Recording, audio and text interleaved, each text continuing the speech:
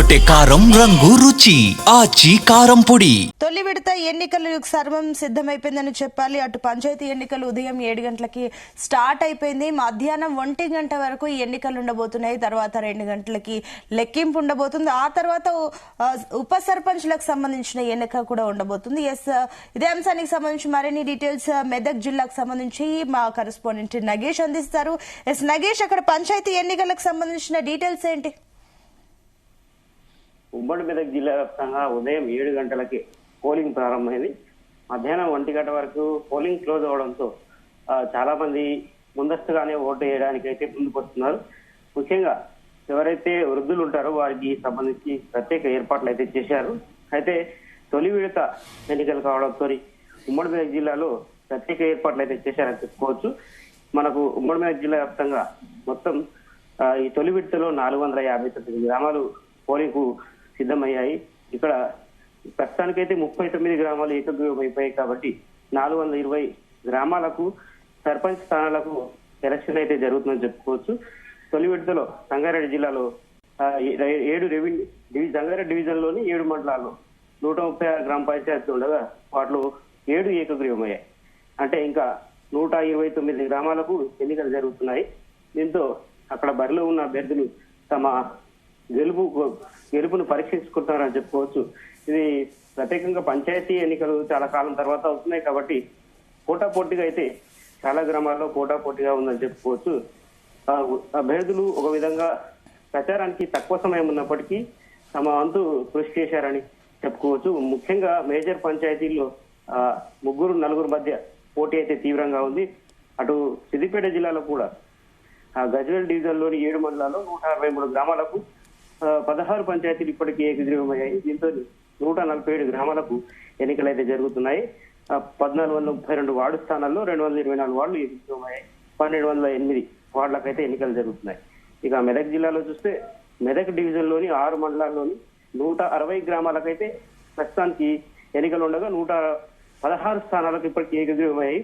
144 గ్రామాలకు సర్పంచ్ అభ్యర్థులు అయితే బరిలో ఉన్నారు. 411 మంది అయితే తమ పరీక్ష అయితే చేసుకుంటారని చెప్పుకోవచ్చు. మొత్తంగా ఉమ్మడి మెదక్ జిల్లాలో అన్ని వార్డుల్లో కావచ్చు, అన్ని గ్రామాల్లో ఇప్పటికే సర్పంచ్ ఎన్నికలకు సంబంధించి ప్రచారం పూర్తయింది. చాలా వరకు అయితే ఇప్పుడు ఎవరైతే ఎన్నికల కోసం సిద్ధమయ్యారో ఉదయం 7 గంటల నుంచే పోలింగ్ ప్రారంభం కావడంతో చిన్న పెద్ద తేడా లేకుండా, అంటే 18 సంవత్సరాల నుంచి ఓటు హక్కు ఉంటుంది కాబట్టి చాలా మంది పోలింగ్ బూత్లకు తరలి వెళ్తున్నారు. ముఖ్యంగా ఇది చలికాలం కావడంతో కొంత ఇబ్బందికర పరిస్థితి ఉంది. అయినప్పటికీ ఉదయం సమయంలో పోలింగ్ బూత్ లో ఎక్కువ మంది ఉండరనే ఒక ఇది ఉంటుంది కాబట్టి దాంతో చాలా మంది పోలింగ్ బూత్ల వైపు అడుగులు వేస్తున్నారు.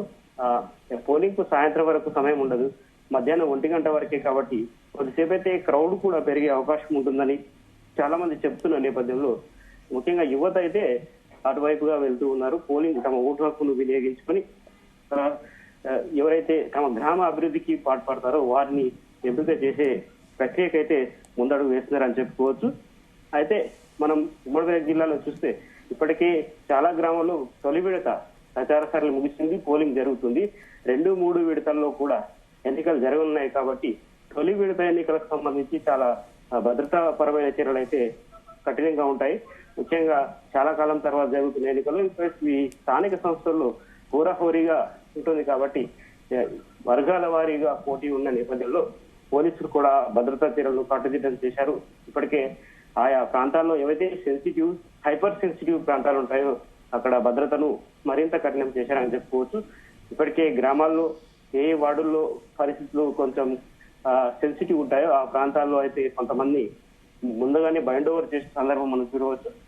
కాకపోతే ఎన్నికలకు సంబంధించి ఏర్పాట్లు మనం పరిశీలిస్తే నిన్ననే అన్ని మండలాల వారీగా రిటర్నింగ్ అధికారులకు ఏవైతే అవసరమైన సామాగ్రి కావచ్చు, బ్యాలెట్ పత్రాలు పూర్తిగా అందజేశారు. వెబ్ కాస్టింగ్ ద్వారా ఎప్పటికప్పుడు పోలింగ్ ప్రక్రియను పరిశీలించేందుకు 3 జిల్లాల కలెక్టర్లు అయితే ఎప్పటికప్పుడు ఏర్పాట్లు అయితే చేశారు. ఉదయం నుంచి పోలింగ్ ప్రశాంతంగా కొనసాగుతుంది. అయితే కొన్ని బ్యాలెట్ ఓటింగ్ కాబట్టి ఎలాంటి సమస్యలు రాకపోవచ్చని చెప్పవచ్చు. ఎందుకంటే ఈవీఎం ఉంటే ఇలా సాంకేతిక సమస్యలు ఉంటాయి, బ్యాలెట్ ఓటింగ్ లో అలాంటి సమస్య ఏది ఉండదు కాబట్టి ప్రశాంతంగా ఓటింగ్ కొనసాగుతుందని చెప్పుకోవచ్చు. అయితే కొద్దిసేపు అయితే క్రౌడ్ పెరుగుతున్న నేపథ్యంలో కొంత భద్రతా చర్యలు అయితే చేపట్టాల్సిన అవసరం ఉంది. ఎందుకంటే అక్కడక్కడ తమ ఆధిపత్యాన్ని ప్రయత్నించేందుకు అభ్యర్థులు ప్రయత్నాలు చేస్తూ ఉంటారు కాబట్టి పోలీసులు ఈ విషయాన్ని చాలా సీరియస్ గా తీసుకున్నారు.